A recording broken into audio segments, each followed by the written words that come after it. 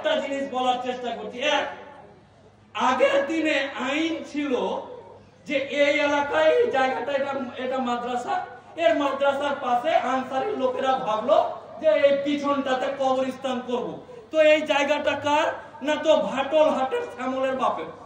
তো শ্যামলের বাপের কাছে ভাটলের হাটে গিয়ে এই এলাকার আনসারি করার লোকগুলো বললো, কাকা তোমার বাপ আর আমার বাপ দীর্ঘদিন এখানে একসাথে ব্যবসা করতো, তো আমরা মানুষ মরে গেলে যেখানে এখন কবর দিচ্ছি ওখানে বৃষ্টির দিন মাটি উঠে যায় না, পানি উঠে যায়, তো যদি একটু দিতেন তাহলে আমরা কয়েকটা বাড়ি ছিলাম এখানে কবর। ঠিক আছে, যা। আগে শ্যামলের বাপ কবরস্থান, মাদ্রাসা, মসজিদের জায়গা, খানকা, দরগার জায়গাতে শ্যামলের বাপ জমি দিতে পারতো। মোদি বলছে হিন্দু রাষ্ট্র করবো, শ্যামলের বাপ এই আনসারি পাড়ার মুসলমানটিকে জায়গা দিতে যাবে। এই আইনে শ্যামলের বাপ আনসারি পাড়ার লোককে জমি দিতে পারবে না কবরস্থানে। এটা নিয়ে সমস্যা নয়। তো বলছে এই যে এটা মাদ্রাসা, এই মাদ্রাসাতে 10 জন কমিটিতে আছে, শ্যামলের বাপ জমি দিতে পারবে না, কিন্তু সরকার বলছে এই কমিটিতে 2টা শ্যামলের বাপ আর দীপঙ্করের বাপ মেম্বার হবে। তো এই বর্তমান দিনের টাটকা হিন্দু যেগুলো হয়েছে তারা বলছে যে আপনারা তো খুব বলেন যে হিন্দু মুসলমান এক, তো শ্যামলের বাপ আর দীপঙ্করের বাপ মসজিদ কমিটির মেম্বার হলে ক্ষতি কি আছে? আরে ভাই, আপনাকে ক্লিয়ার করে দিই, নিঃসন্দেহে আল্লাহর কসম খেয়ে বলি, কোন মুসলমানের হৃদয়ে না শ্যামলের বাপের জন্য কিছু আছে, না দীপঙ্করের বাপের জন্য কিছু আছে। রাগ এবং আমরা ঘৃণা করি সেই মানুষগুলোকে যারা বিচার ব্যবস্থাতে কোর্টে বসে একটা জজ যখন মুসলমান পাড়াকে পাকিস্তানি পাড়া বলে, একটা জজ যখন সংবিধানের কসম নিয়ে মুসলমানকে কাঠমোল্লা বলে, ওই জজটা যদি এই মাদ্রাসার সেক্রেটারি বা মেম্বার হয় তাহলে আমাদের দ্বিধা আছে। শ্যামলের বাপকে নিয়ে আমাদের কোনো চিন্তা নাই। যে জজটা চেয়ারে বসে মুসলমান বলে কাঠমোল্লা বলে, ওই জজটার মতো লোককে আমরা আমার বাপের দেওয়া জমিতে না মেম্বার হতে দেব না সেক্রেটারি হতে। এই গেল একটা আইন। দ্বিতীয় আইন হলো এই যে এই এলাকা আনসারি পাড়ার লোকে এটা কবর, যেটা আনসারি পাড়ার লোকরা মরলে ওখানে কবর দেয়। তো আনসারি পাড়ার লোক বছরে মরে কটা? 10টা, 15টা, 12টা, 13টা বিনা কামে 10 বিঘা জায়গা ঘিরে রেখে দিয়েছে। এবার ওই কবরস্থানটা 4 কাঠা ঘিরে নেয়, 4 কাঠা ঘের, 10 বিঘার মধ্যে 4 কাঠা ঘিরে ওই 4 কাঠাতে তোর বাপ, তোর মা, তোর গোষ্ঠী যা আছে সবাইকে কবর দিবি।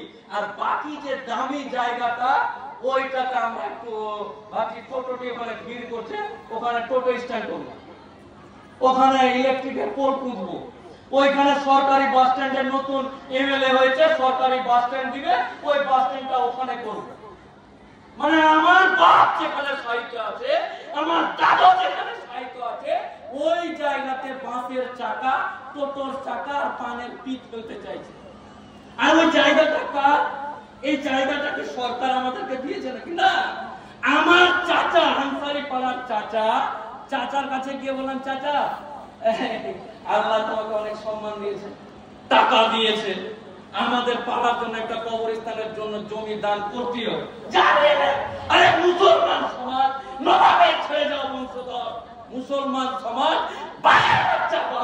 নবাবের ছেড়ে যাও বংশধর, যা বেড়ে যা, এই যা। আর আমরা আনসারি পাড়ার লোকেরা গিয়ে একবারে 10 বিঘার প্লট ঘিরে নিলাম। পরে হাজি সাহেব তোরা 10 বিঘা, আচ্ছা ঠিক আছে যা। তো এই বলা লোক আমার বাপ মাথার ঘাম পায়ে ফেলে পেটে গামছা বেঁধে যে জায়গাটা কিনে নিয়েছিল কার কাছ থেকে, ওই জায়গাটাই কবরস্থানের জন্য দান করেছে। ওই দানের জায়গাতে 4 কাঠা ঘিরে 10 বিঘার মধ্যে 4 কাঠাতে কবর দিতে বলছে, আর বাকি জায়গা নিয়ে নেবে। মনে হচ্ছে ওর বাপ কামাই করে দিয়ে দিয়েছে, ওইটা জায়গা নিয়ে নেবে। আপনার মনে, আপনার হৃদয়ে, এই এলাকার মানবদের হৃদয়ে, আমার কমের হৃদয়ে কি এমন হয়েছে? কেন জানতে পারি না আমরা? কেন জানতে পারি না?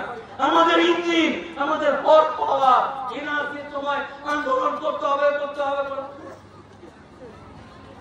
1 মাসে এনআরসি শেষ। এনআরসি এই যে জানে টিপে নিয়েছে যে মুসলমান কি বলবে, 3 মাসে এনআরসি শেষ, এনআরসি বিল পাস হয়ে গেছে। আর এনআরসি বিল পাস হয়ে গেছে আর আপনি বলবেন যে আমি আইন মানি না, তাহলে তুই দেশ থেকে বেরিয়ে দেশে থাকবে আর দেশের আইন মানবে না। এটা কিন্তু আমি মোফাক্কিরুল ইসলাম জনাব মাওলানা মুস্তাক হোসেন সাহেবের ছেলেও বলছি, এই দেশে বাস করলে এই দেশের আইন মানতে হবে। তো বর্তমান দিনে চারিদিকে মসজিদের কথাটা বলার সময় পেলাম না, এইরকম করে আস্তে আস্তে নিজের বাপের তৈরি করা চাঁদা চেয়ে ভিক্ষা চেয়ে আমরা গরিব হতে পারি। আনসারি পাড়া ঘটক রায়গঞ্জের মুসলমান গরিব